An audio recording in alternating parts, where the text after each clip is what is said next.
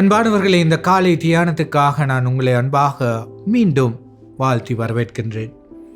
இந்த நாள் ஒரு சிறந்த நாளாக அமைய, உங்களுடைய காரியங்கள் சிறப்பாக இருக்க, நீங்கள் வீட்டில் இருந்தால் யார் யாருக்காக நீங்கள் ஜெபித்து கொண்டிருக்கிறீர்களோ, உங்கள் வீட்டு உறவுகளுக்காக, கணவருக்காக, மனைவிக்காக, பிள்ளைகளுக்காக, அவை எல்லாம் கடவுளுக்கு முன்பாக கேட்கப்பட்டு கடவுள் தாமே அவர்களுக்கு சிறப்பான புதிய வாழ்வை அருள வேண்டும் என்று நாங்கள் வேண்டிக்கொண்டு, இந்த தியானத்தை நான் சற்று ஆசிய கண்ணோட்டத்திலே பார்க்க விரும்புகிறேன். உங்களில் எத்தனை பேருக்கு தெரியுமோ தெரியாது, நாங்கள் எங்களுடைய ஆசிய பின்னணியை பார்க்கின்ற பொழுது நாங்கள் அவ்வளவு தூரம் வளர்ந்தவர்களாக இல்லை. ஆசிய நாடுகளை, குறிப்பாக 3 நாடுகளை நான் உங்களுக்கு சொல்கின்றேன். அண்மையில் இருக்கின்ற இந்திய நாட்டை எடுத்து பார்க்கின்ற பொழுது சில கிராமங்களில் போய் தங்கியிருக்கின்ற, விசேடமாக ஆந்திரா பகுதியில் இன்னும் தங்களுடைய உள்ளாடைகளை மாற்றிக்கொள்ள தெரியாத பெண்கள், பாடசாலைக்கு போகாதவர்கள், சண்டை சச்சரவு நடந்தால் கிட்டத்தட்ட 3 மாதத்துக்கு பிறகுதான் அந்த கிராமத்துக்கு போலீசார் வருவார்கள். பின்தங்கிய நிலையிலே அந்த நாட்டின் அரசாங்கத்தினாலே கண்காணிக்கப்படாத வேடர்கள் போல வாழ்ந்து கொண்டிருக்கிற மக்களை நான் பார்த்திருக்கின்றேன். அவர்களோடு அந்த கிராமத்திலே நான் வாழ்ந்திருக்கிறேன். இரண்டாவதாக பங்களாதேஷ் நாட்டை எடுத்து பார்க்கின்ற பொழுது அண்மை காலங்களில் பெரிய பிரச்சனைகள் இருந்தது. ஆனால் அந்த நாட்டிலே போய் பார்க்கின்ற பொழுதுதான் எவ்வளவு ஏழைகள், எவ்வளவு கொடூரமாக, மிகவும் தலைநகராக இருக்கின்ற டாக்கா நகரத்தை எடுத்துக்கொண்டாலும் அடிக்கடி வெள்ளப்பெருக்கும், எவ்வளவு தூரம் மக்கள் சோதனையிலும் வேதனையிலும் வாழ்ந்து கொண்டிருக்கிறார்கள் என்று நாங்கள் பார்க்கின்றோம். அடுத்ததாக என்னை வியக்க வைத்த இன்னும் ஒரு நாடு தான் பிலிப்பைன்ஸ் நாடு. நான் அந்த தலைநகரத்திலிருந்து கிட்டத்தட்ட 300-400 கிலோமீட்டர் நான் பயணித்தேன். சில பிரதான நகரங்களிலே நான் பார்த்த ஒரு காட்சி என்னை மிகவும் வேதனைப்படுத்தியது. நீங்கள் சொன்னால் நம்புவீர்களோ தெரியாது, 5 வயது, 6 வயது, 7 வயது குழந்தைகள் என்ன செய்து கொண்டிருந்தார்கள் தெரியுமா?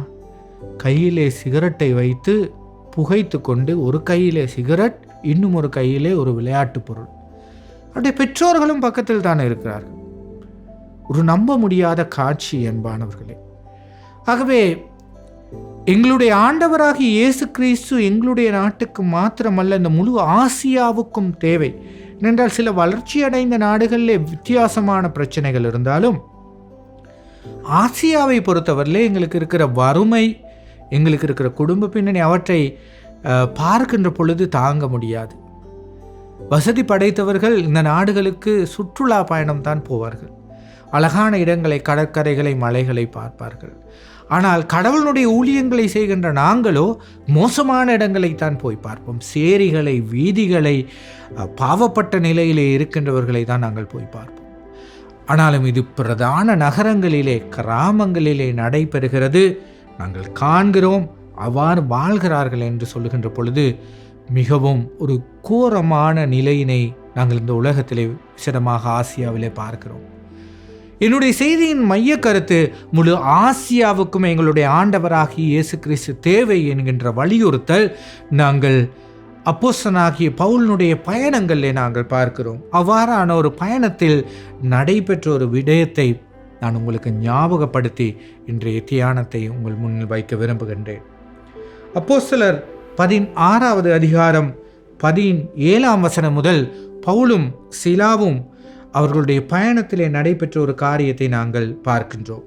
நாங்கள் ஜெபம் பண்ணுகிற இடத்துக்கு போகையில் குறி சொல்ல ஏவுகிற ஆவியை கொண்டிருந்து குறி சொல்லுகிறதினால் தன் எஜமான்களுக்கு மிகுந்த ஆதாயத்தை உண்டாக்கின ஒரு பெண் எங்களுக்கு எதிர்பட்டார். அவள் பவுலையும் எங்களையும் பின்தொடர்ந்து வந்து, இந்த மனுஷர் உன்னதமான தேவனுடைய ஊழியக்காரர், இரட்சிப்பின் வழியை நமக்கு அறிவிக்கிறவர்கள் என்று சத்தமிட்டார். இப்படி அநேக நாள் செய்து கொண்டு வந்தால் பவுல் சினம் கொண்டு திரும்பி பார்த்து, நீ இவளை விட்டு புறப்படும்படி இயேசு கிறிஸ்துவின் நாமத்தினாலே உனக்கு கட்டளையிடுகிறேன் என்று அந்த ஆவியுடனே சொன்னான். அந்த நேரமே அது புறப்பட்டு போயிற்று. அவளுடைய எஜமான்கள் தங்கள் ஆதாயத்து நம்பிக்கையை அற்று போயிருக்கிறதை கண்டு பவுலையும் சீலாவையும் பிடித்து சந்தை வெளியில் உள்ள அதிகாரிகளிடத்தில் இழுத்து கொண்டு போனார்கள். அன்பானவர்களே, இந்த தீமைக்கு எதிராக செயற்படுகின்றவர்கள் தான் கடவுளுடைய ஊழியக்காரர்.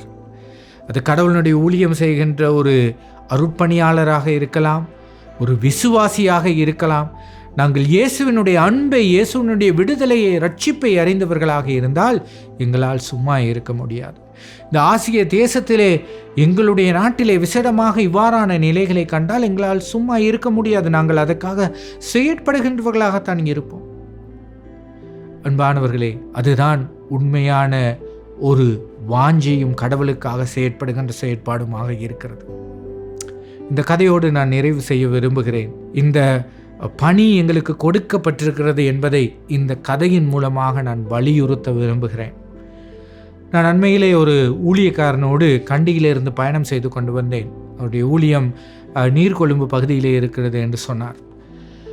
அவர் சொன்னார், நான் இப்பொழுதும் அவசரமாக நாளை இந்த இடத்துக்கு மீண்டும் வர வேண்டும், அவசரமாக போகிறேன், ஒரு 20 வயது தக்க ஒரு இளைஞனை கடத்துவதற்கு என்று சொன்னார். எனக்கு நான் பயந்து போனேன். இவர் யார் கடத்துவதற்கு என்று. அவர் சொன்னார், அவருடைய அம்மா காலையிலே அழுதார்கள் என்னுடைய ஆலயத்துக்கு முன். இவன் போதைப் பொருட்களுக்கு, ஐஸ் போன்றவற்றுக்கு அடிமையாகிவிட்டார், இவரை காப்பாற்றுங்கள், இவரை காப்பாற்றுங்கள் என்று சொல்லி அழுதார்கள் என்று இந்த ஊழியக்காரர் சொன்னார். இப்போ நான் கேட்டேன், என்ன ஊழியம்? எங்களுடைய சபையிலே இவ்வாறானவர்கள் தான் என்று ரட்சிப்படைந்து மறுவாழ்வு அடைந்து வந்திருக்கிறார்கள் ஃபாதர் என்று அவர் எனக்கு சொன்னார்.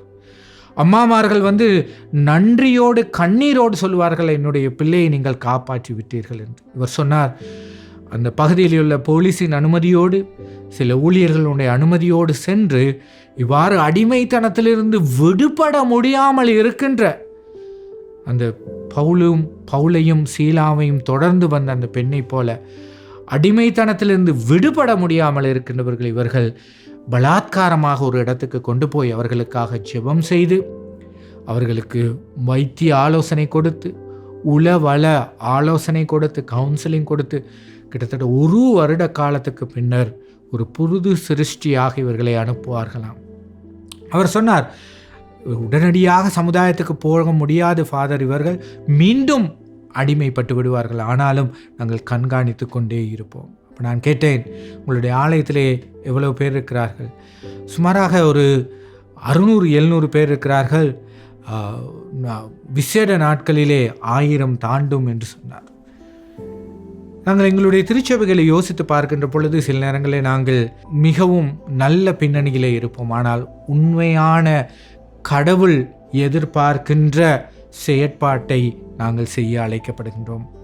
நான் இந்த காலை நேர தியானத்தை உங்களுக்கு முன்வைக்க விரும்புகிறேன். உங்களுக்கு தெரிந்த உங்களுடைய பிரதேசத்தை நீங்கள் எட்டி பார்க்கின்ற, ஃப்ளட்டிலிருந்து கீழே எட்டி பார்க்கின்ற பொழுது, நீங்கள் அறிந்த பின்னணியிலே வாழ்கின்ற வாலிபர்கள் இருக்கின்ற பின்னணியை பார்க்கின்ற பொழுது, எத்தனை பேர் கடவுளுக்குள்ளாக கடவுளுடைய செய்தியை பெற்றுக்கொள்ள வேண்டும்? சில நேரம் அது கடினமாக இருக்கலாம், அந்த காரியம் செய்வது கடினமாக இருக்கலாம், அந்த காரியத்தை முன்னெடுத்து செய்வது.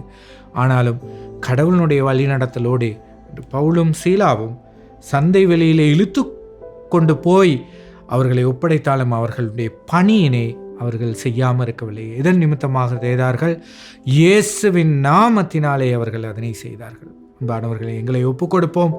அவ்வாறான ஒருவரையாவது கடவுளுடைய வாழ்க்கைக்குள்ளாக, கடவுளுடைய சுகத்துக்குள்ளாக அவர்கள் பிடிக்கப்பட்டிருக்கின்ற நிலையில் அடிமைத்தனத்திலிருந்து மீட்டுக் கொள்வதற்கு நாங்கள் எங்களை ஆதாயப்படுத்த முயற்சி செய்வோம். நாங்கள் கடவுளிடம் மன்றாடுவோம்.